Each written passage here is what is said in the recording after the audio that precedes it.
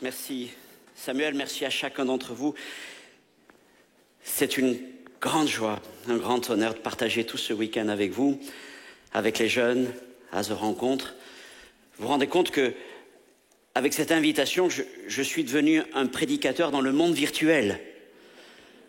J'ai prêché à ce qu'ils appellent des avatars. Bon, derrière, il y a des gens, hein. Enfin, c'est une première quand même. Donc, merci de m'avoir permis de vivre cela. Ah, c'est vrai que par rapport à tout ce qu'on nous raconte sur ce qu'est The Rencontre, il manque quand même quelque chose, hein, et on prie pour revivre bientôt tout ça parce que c'est tellement extraordinaire. Mais bon, Dieu agit, vous le croyez, Dieu agit parmi ces jeunes. Priez encore.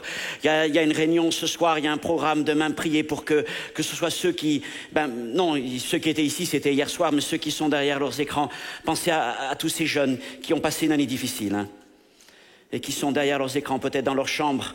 Eh bien, que leur chambre soit remplie du Saint-Esprit. Alléluia, merci.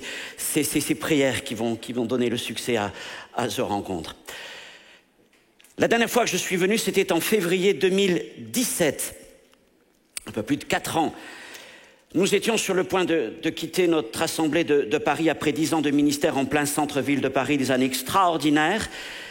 Et nous avons vécu 4 années assez particulières avec toute la famille qui nous ont amenés aux États-Unis, en Martinique, en Guyane, et puis ensuite dans un ministère itinérant où nous avons visité plus d'une 50aine d'églises. Donc on a eu 4 années bien remplies jusqu'à ce que le Seigneur nous amène vers une ville, très grande ville d'histoire, en tout cas pour le protestantisme, puisque depuis le début du mois d'avril, je me suis établi, parce que ma famille m'a pas encore rejoint, à Genève, pour prendre la succession du pasteur Walter Zanzen de l'église de Réveil de Genève. Je vous apporte les salutations de nos frères et sœurs de Genève. Je sais qu'ils vous regardent régulièrement, vous les bénissez, et aussi ils veulent vous bénir à travers leurs prières et leur reconnaissance. Gloire à Dieu. Quelle grande joie, quel grand honneur aussi pour moi de partager la parole du Seigneur avec vous en ce jour de Pentecôte. Je sais combien le ministère et la présence du Saint-Esprit est chère à vos cœurs, parce qu'elle glorifie Jésus. Parce qu'elle glorifie Jésus. Alors, Pentecôte, dans le Nouveau Testament, hein, marque à la fois un aboutissement et un commencement. Un commencement parce que Pentecôte marque le début officiel de la grande mission, dans laquelle nous sommes encore en train de servir, n'est-ce pas? Prêcher l'Évangile à toutes les nations. Mais Pentecôte marque aussi un aboutissement. L'aboutissement de ce qu'on pourrait appeler cette saison des fêtes printanières, marquée notamment par la Pâque et par l'ascension de Jésus. Et c'est sur cet aboutissement dont je voudrais m'entretenir avec vous ce matin. Et cet aboutissement, c'est celui de la réalisation du projet de Dieu.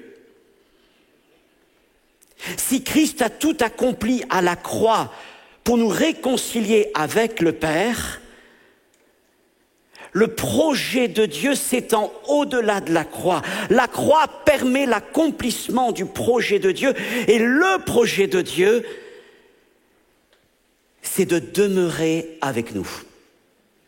N'aime-t-il pas se faire appeler Emmanuel, Dieu parmi les hommes?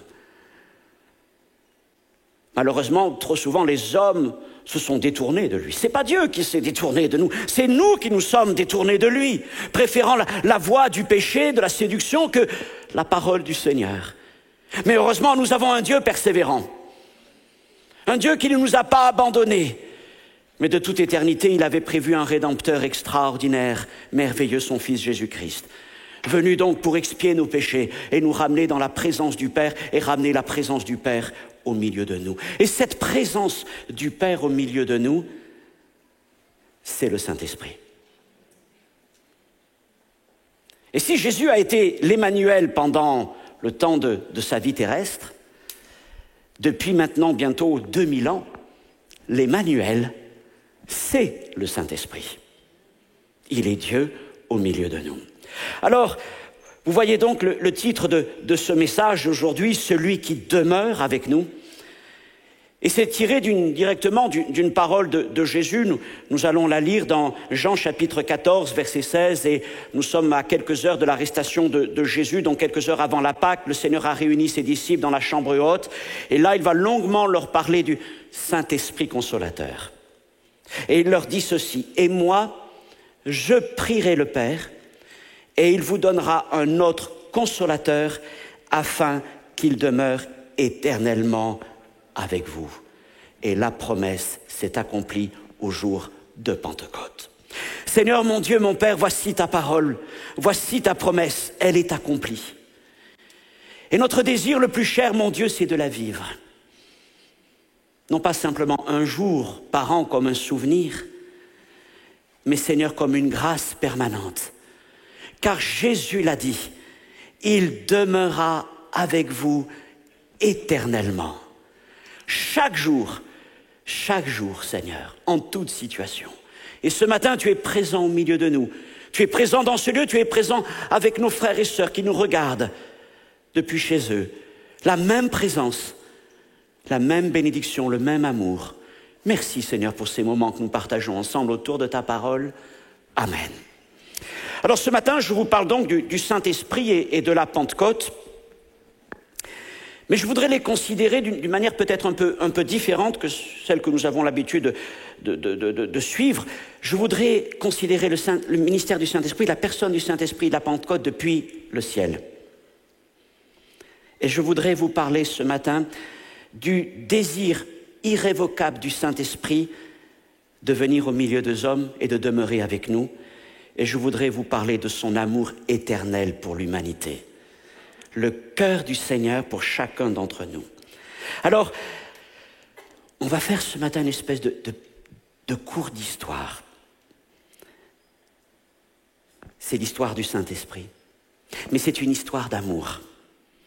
L'histoire d'amour du Saint-Esprit pour les hommes. Et nous allons aller au commencement, comme Jésus nous dit, au commencement. Et c'est ce que sa parole nous présente au commencement. Genèse chapitre 1, verset 3, il nous est dit que le Saint-Esprit se mouvait sur les eaux. Même avant ce premier jour, le Saint-Esprit était déjà là. Mais il n'avait encore aucun endroit pour se poser, aucun lieu. Il était un peu comme la colombe de Noé, voltigeant au-dessus des eaux. Et puis vient ensuite le jour des 6 jours de création et le dernier jour particulièrement où par ce souffle que l'Esprit communiqua à cette forme humaine que Dieu avait façonnée, il communiqua un souffle de vie à cet homme formé à l'image de Dieu, à la ressemblance de Dieu. Et c'est Elihu dans Job chapitre 33 verset 4 qui dit « L'Esprit de Dieu m'a créé et le souffle du Tout-Puissant m'anime. » Quelle belle déclaration, n'est-ce pas?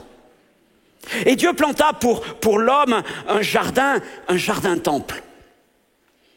Un jardin qu'il parcourait le soir venu à sa rencontre, nous dit la Genèse.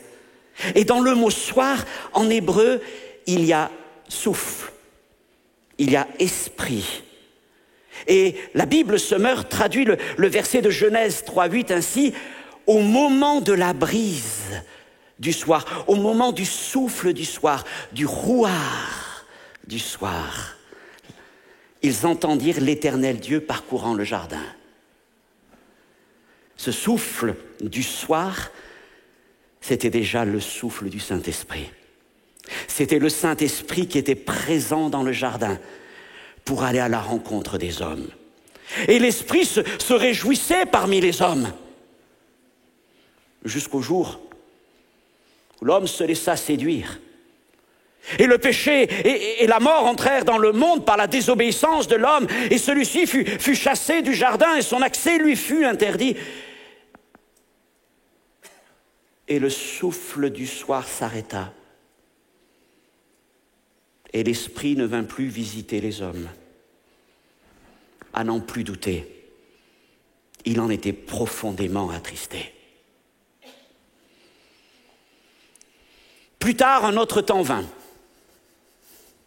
Et Dieu commanda à Moïse de lui bâtir un tabernacle selon le modèle qu'il lui montrerait dans les cieux. Et ce tabernacle serait le lieu de la demeure de Dieu au milieu de son peuple. Et c'est ainsi qu'il les accompagnerait dans tous leurs déplacements, dans leurs épreuves, dans leurs combats. Et au jour de la dédicace de ce tabernacle, Moïse rapporte que la nuée couvrit la tente d'assignation et la gloire de l'Éternel remplit le tabernacle. Exode 40, 34. Et cette gloire de l'Éternel, c'était le Saint-Esprit qui revenait au milieu des hommes. Mais j'ai envie de dire dans quelles conditions?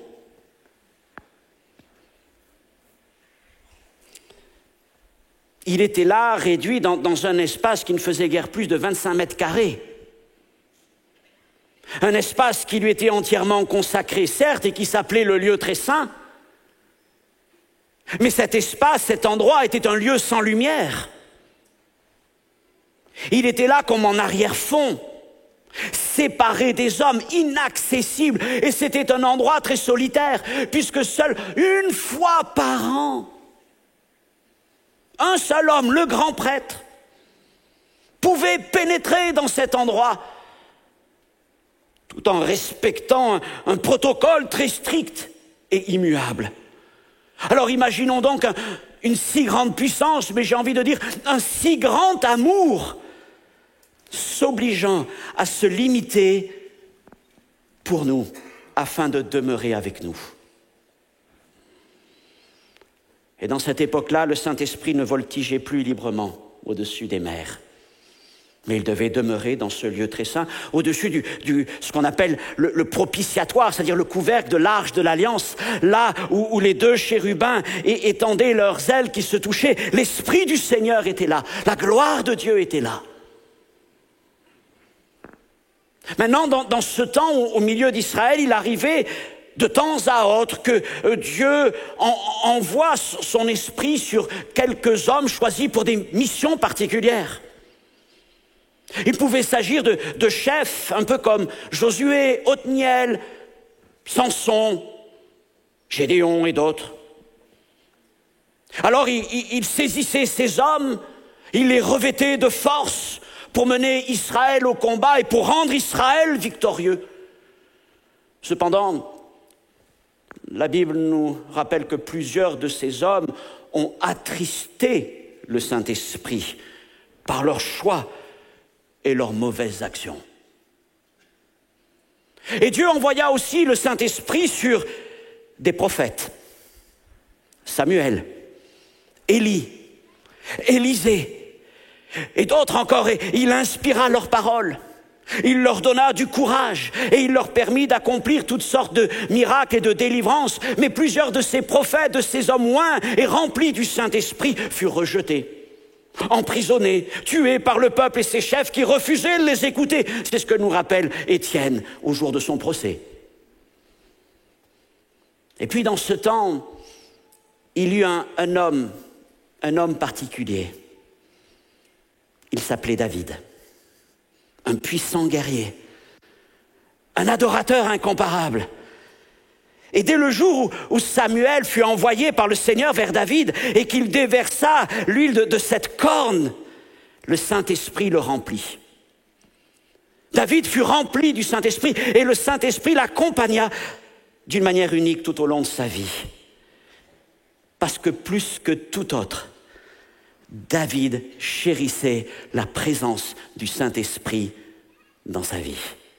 Mais même lui, même David, l'offensa terriblement.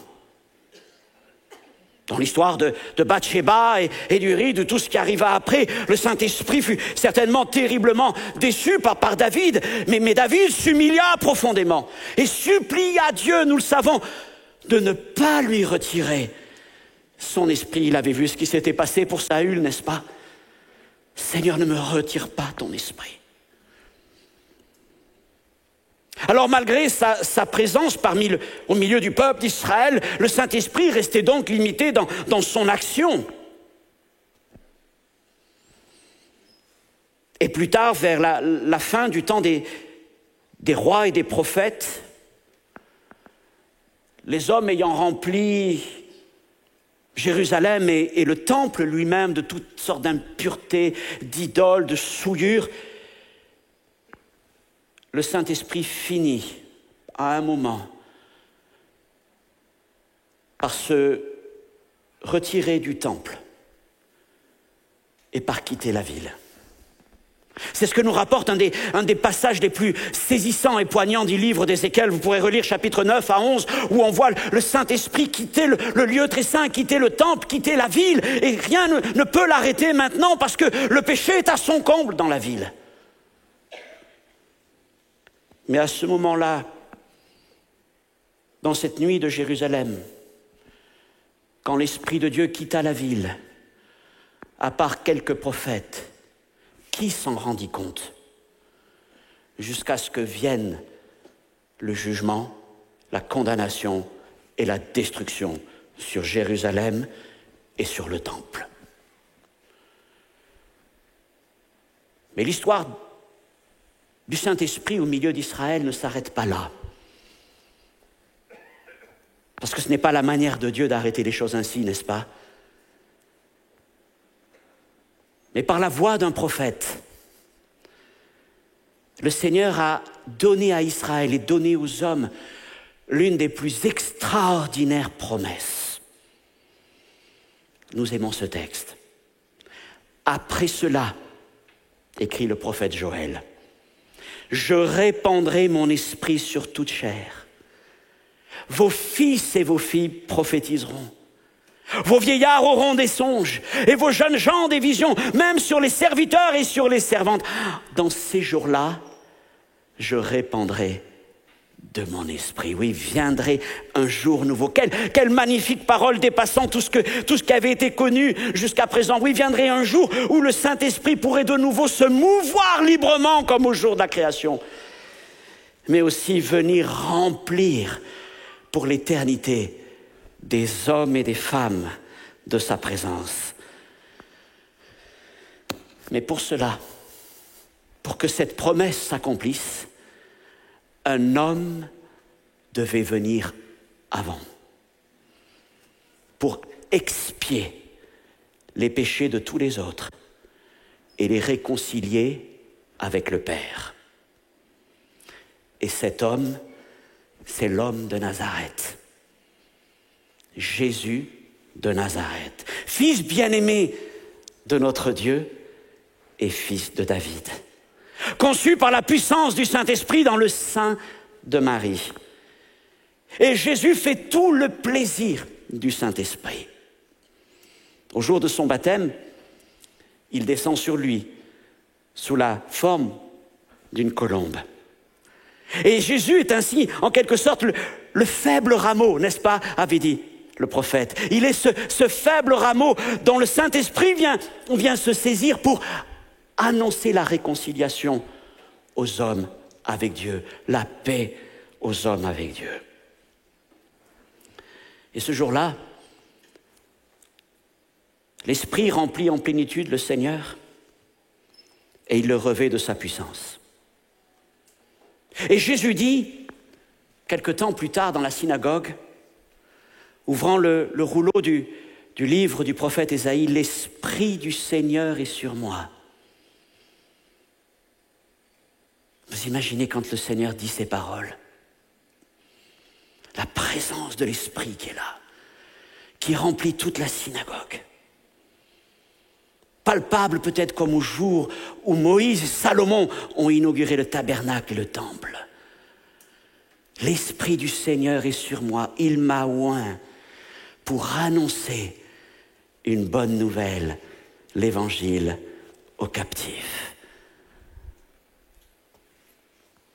Et alors l'Esprit fut avec Jésus. Il l'inspira dans toutes ses paroles. Il l'accompagna dans tous ses déplacements et dans toutes ses œuvres. Il était là lorsque Jésus guérissait les malades.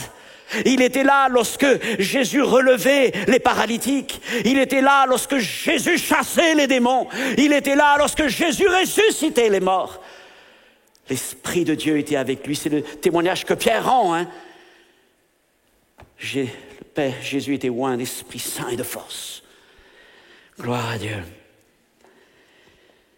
Et le Saint-Esprit fut avec lui jusqu'au bout. Jusqu'au lieu du Golgotha. Peut-être vous demandez-vous, mais où était le Saint-Esprit au moment de la croix, au moment des souffrances de Christ?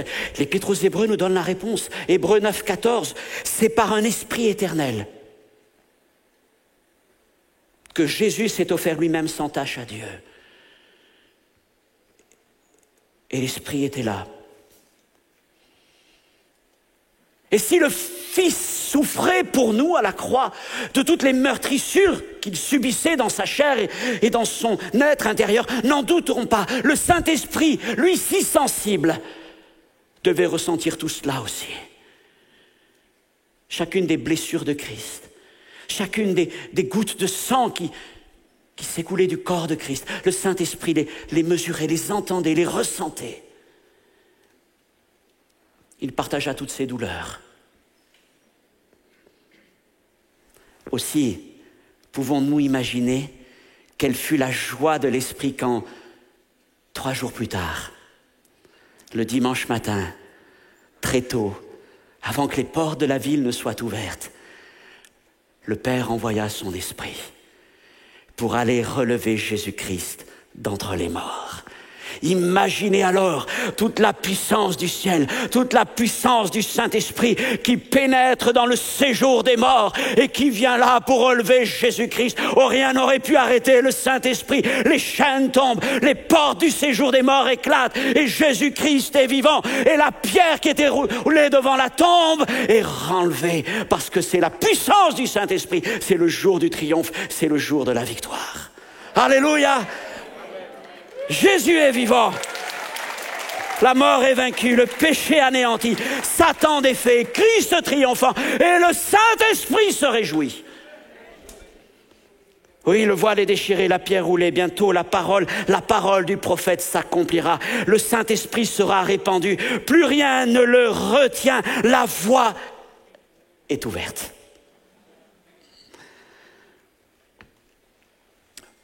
Plutôt, 3 ans avant, quand Jean-Baptiste voit l'Esprit descendre sur Jésus, il rend ce témoignage, c'est dans l'évangile de Jean, Dieu ne lui a pas donné l'Esprit avec mesure. Et il rajoute, Matthieu 3, 11, il vous baptisera d'Esprit Saint. C'est la déclaration ultime du dernier de la lignée des prophètes. Voilà le dernier message des prophètes. Il vous baptisera d'Esprit Saint. Jésus n'est donc pas venu parmi les hommes uniquement pour régler la question du péché. Ah, c'était indispensable, c'était incontournable, mais comprenez-le, ce n'était pas le but ultime. Parce qu'après la Pâque, après même la résurrection, après même l'ascension, il y avait encore un temps particulier, celui de la Pentecôte. Et Jésus est venu donner sa vie pour nous, afin que nous puissions être baptisés du Saint-Esprit, afin que nous puissions recevoir la vie nouvelle en abondance, recevoir le souffle de l'Esprit d'en haut. Et le Seigneur veut nous immerger, nous plonger dans toute la puissance du Saint-Esprit. Et c'est ce qu'il fait après son ascension. Lorsqu'étant retourné auprès du Père, il reçoit de lui, comme il l'avait annoncé, le Saint-Esprit promis. Et là, il le répand sur les disciples réunis dans la chambre haute. Nous sommes à Jérusalem. C'est le jour de la Pentecôte.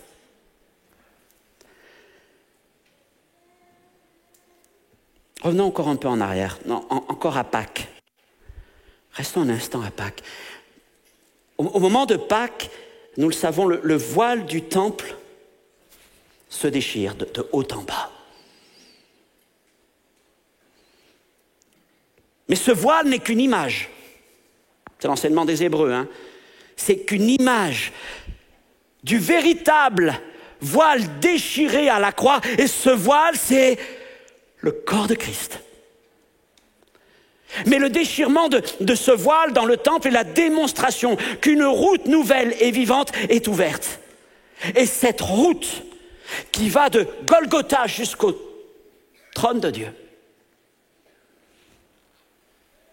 mènerait tous ceux qui croient en Jésus-Christ jusque dans la présence du Seigneur.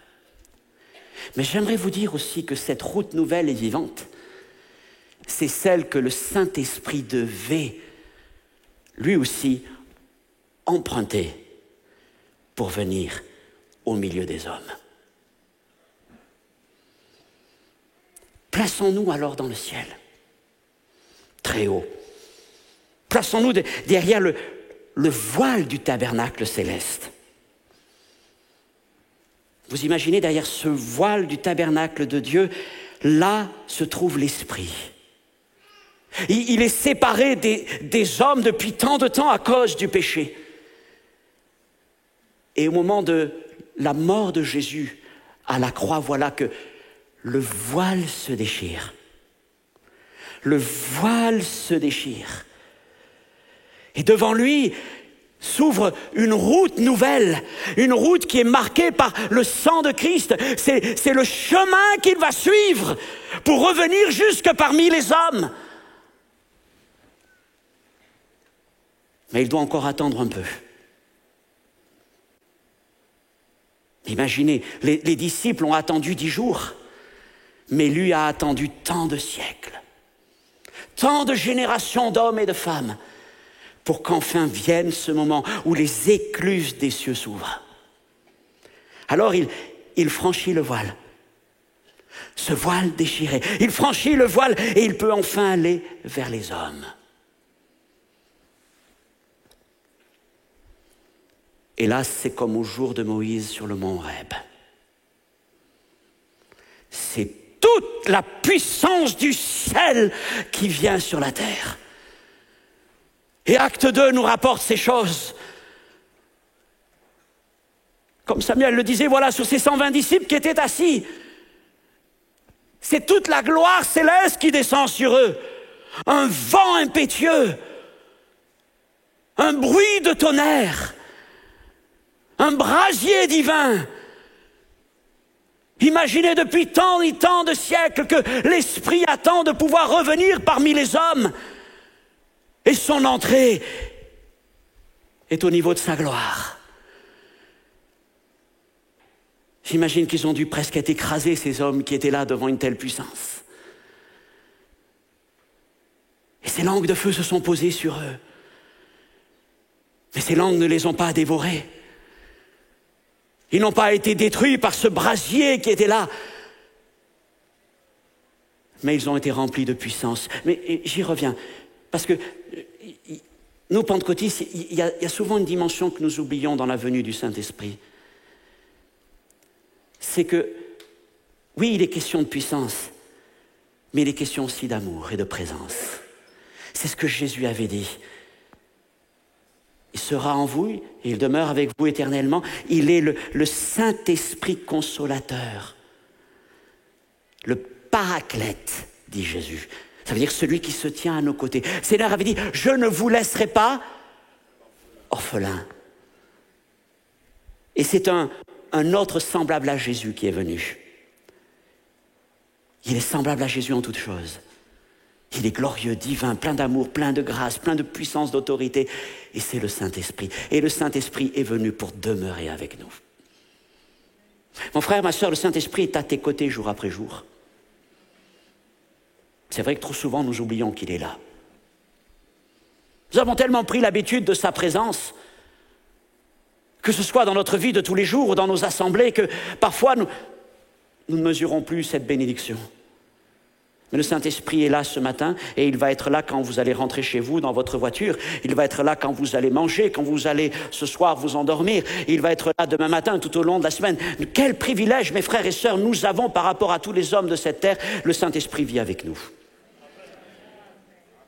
Parfois, j'appelle le Saint-Esprit le Dieu au quotidien. Il s'intéresse à tous les détails de notre vie. Il ne s'intéresse pas simplement qu'aux questions spirituelles, aux questions missionnaires, aux questions de guérison, de délivrance, de salut. Oui, bien sûr, ça c'est sa tâche. Mais je vais vous dire, il s'intéresse à notre quotidien. Il s'intéresse à ma santé, il s'intéresse à mon couple, il s'intéresse à mes enfants, il s'intéresse à tous les détails de ma vie.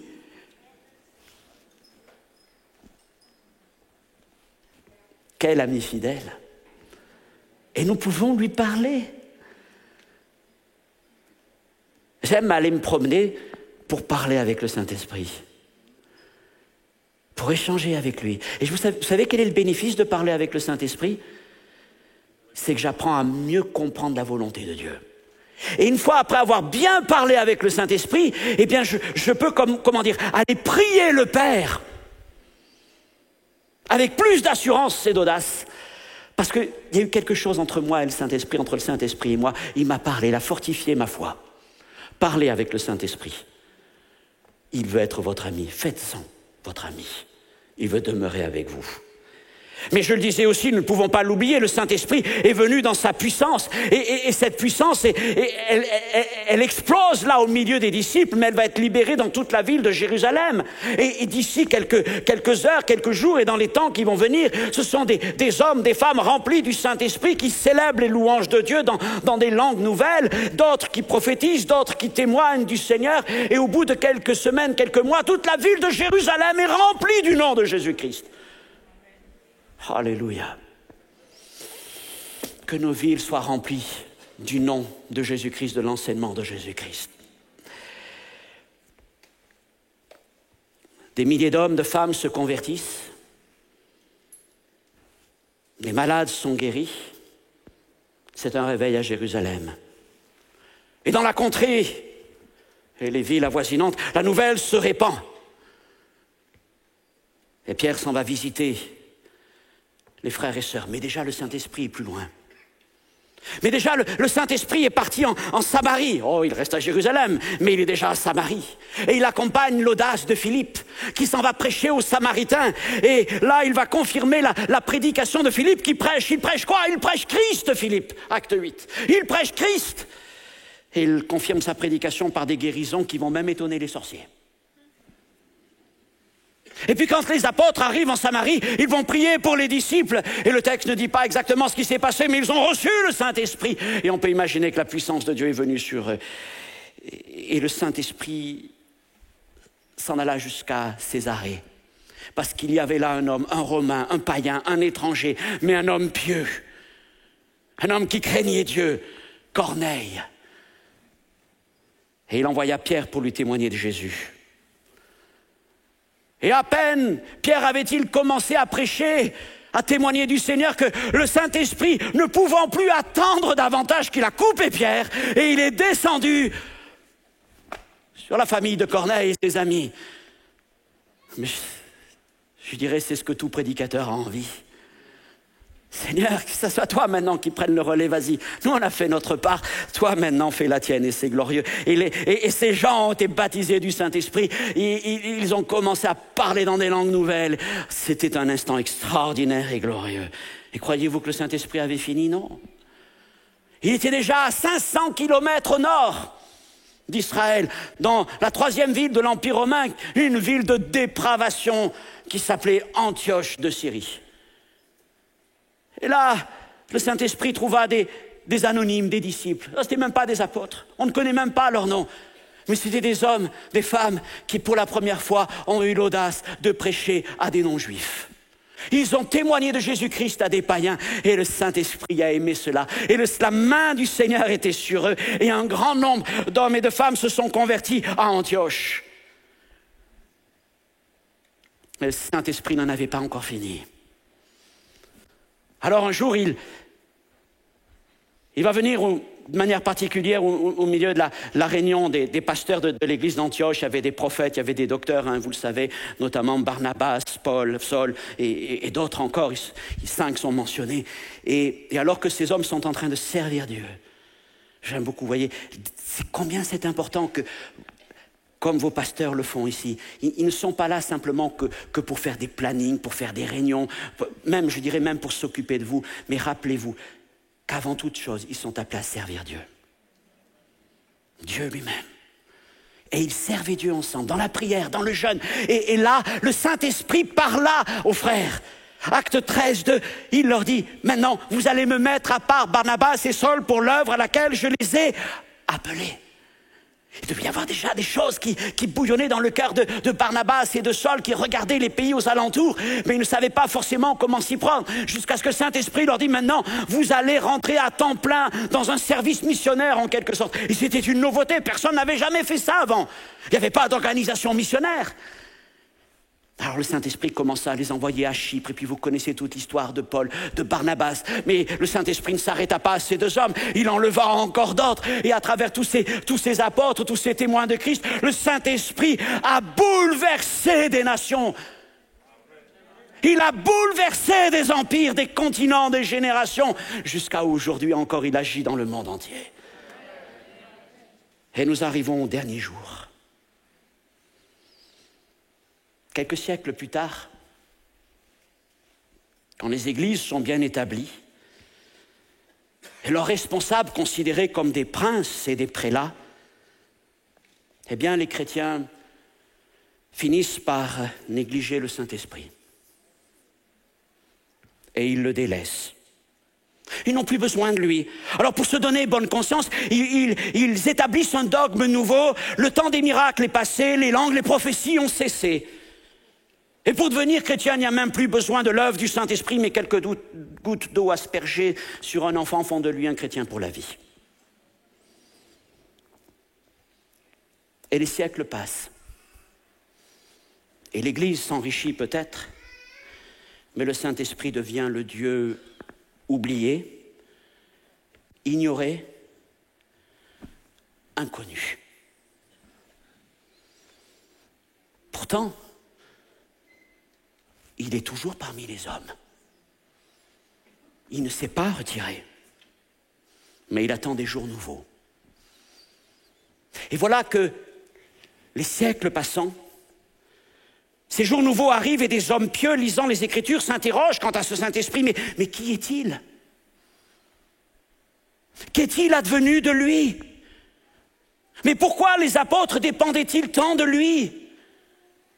Et ces hommes qui sont pourtant des hommes de Dieu, des prédicateurs de l'Évangile, sont en fait semblables à ces disciples que Paul rencontre à Éphèse. Et il va leur adresser cette question, vous savez, avez-vous reçu le Saint-Esprit lorsque vous avez cru? Et ils répondent, ils lui répondirent, nous n'avons même pas entendu dire qu'il y a un Saint-Esprit. Et c'était un peu la situation de l'Église, jusqu'il y a 100 ans en arrière. Alors pendant un siècle, les hommes ont cherché à comprendre. Ils ont tâtonné, ils ont parfois fait des erreurs, mais il y avait cette recherche, cette ferveur de comprendre qui est le Saint-Esprit. Et puis enfin, au début du XXe siècle, il s'en trouva un parmi eux. Un parmi ces hommes pieux. Un de ceux dont on ne tient pas compte parce qu'il est noir dans une société raciste. En plus, il est cuisinier, il est fils d'esclave, il est borgne. Il n'a rien pour lui. Oui, son apparence n'avait rien pour attirer le regard. Il était à l'image de Jésus-Christ. Son nom, c'était William Seymour. Et il vivait à Los Angeles. Et cet homme était passionné du Seigneur et de l'Évangile et du Saint-Esprit. Et il réunit autour de lui quelques gens qui étaient sensibles à son message. Il se retrouvait dans une vieille chapelle méthodiste de Los Angeles, dans un des quartiers les plus pauvres de la ville, dans la rue Azusa. Et cette chapelle avait été transformée en entrepôt. Jésus, le Sauveur des hommes, est venu parmi nous et il est né dans une étable. Et le grand réveil de Pentecôte a démarré dans un entrepôt. Telle est la grâce du Seigneur.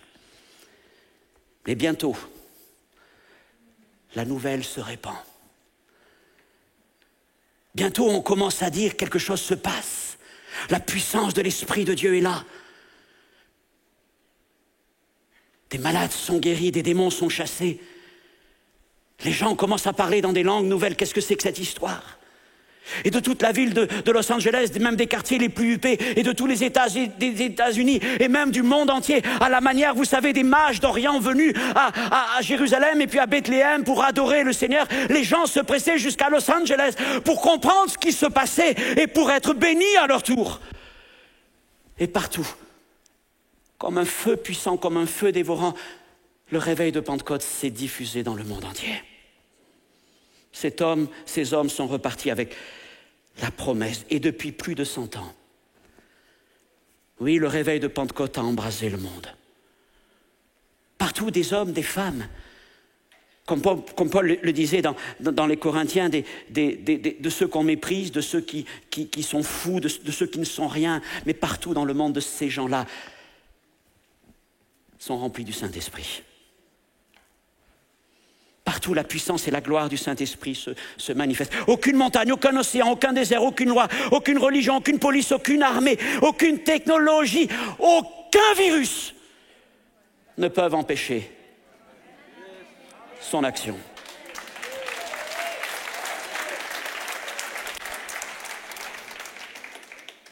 C'est le jour de l'accomplissement des prophéties. Nous sommes dans les derniers jours.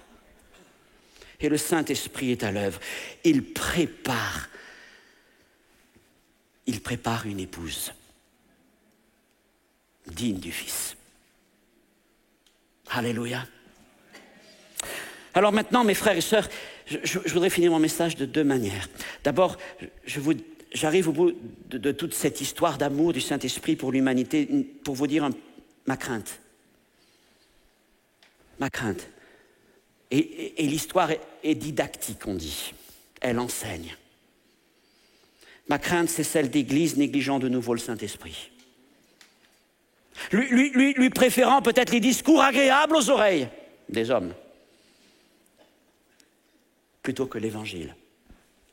Celle d'églises qui vont quelque part expurger d'elle la présence active de l'Esprit. De dire, mais nous avons la doctrine. Et nous n'avons pas besoin de l'Esprit. Quelque part, c'est comme si elle le remettait derrière le voile. Retourne à ta place. Je vois aussi des églises, parfois même des églises pentecôtistes et charismatiques, voulant des cultes maîtrisés et excluant toute manifestation impromptue de l'esprit. Il faut que tout soit contrôlé. Tout rentre dans le scénario du culte. Mes frères et sœurs, allons-nous de nouveau oublier le Saint-Esprit ? Allons-nous de nouveau le négliger? Allons-nous encore l'attrister? Allons-nous le réduire à un rôle d'auditeur silencieux? Ah, je sais ce que vous allez me répondre parce que vous chérissez le Saint-Esprit. Parce que vous chérissez celui que le Père vous a donné avec jalousie. Je sais qu'il est libre au milieu de vous et que vous le suivrez là où il mènera, mais au-delà de tout ce que vous pouvez penser, je veux le croire. J'utilise simplement ce moment pour, je dirais, cette plateforme pour plaider l'amour du Saint-Esprit. Plaider l'amour du Saint-Esprit. Et je veux encore dire, le Seigneur veut demeurer au milieu de nous, frères et sœurs. Il veut demeurer avec nous. Il nous aime tellement, tellement d'amour, tellement de douceur, tellement de patience, tellement de puissance aussi. Il veut demeurer avec nous. Il a tant à nous communiquer, tant à nous donner. Il cherche encore des églises, il cherche des frères et des sœurs, il cherche des lieux où il peut se poser et agir dans toute sa puissance.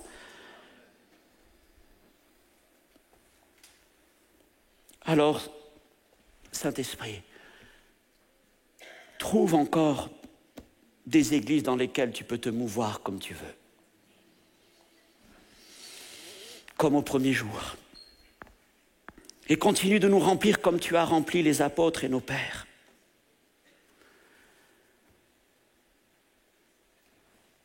Et je prie que nous ne t'oublions pas. Seigneur, que nous ne t'oublions pas. Et je te demande pardon pour toutes les fois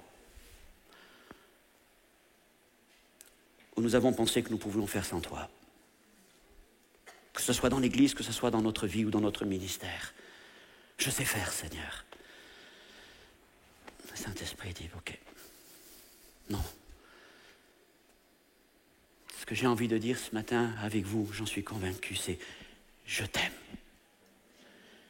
Je t'aime, Saint-Esprit. je t'aime. Viens remplir ma vie. Viens remplir l'Église. Comme au jour de Pentecôte.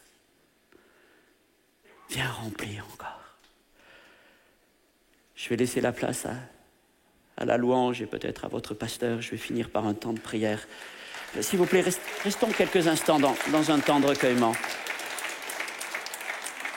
Et peut-être ce matin, simplement, je sais que nous ne pouvons pas facile de faire des appels, mais si vous avez envie d'exprimer cet amour au Saint-Esprit, peut-être envie de lui dire, Seigneur, remplis-moi encore tout à nouveau. Je veux pas que tu sois juste dans un coin de ma vie, mais je voudrais que tu prennes toute la place. Je voudrais vous inviter simplement, vous qui avez envie de répondre tout simplement au Saint-Esprit, de vous lever.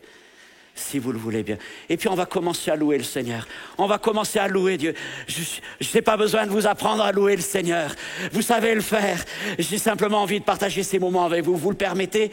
J'ai envie de me réjouir avec vous de l'amour du Saint-Esprit. Alléluia. Alors célébrons ensemble la présence du Saint-Esprit au milieu de nous. Merci. Que Dieu vous bénisse. Merci Saint-Esprit de remplir ce lieu. Amen.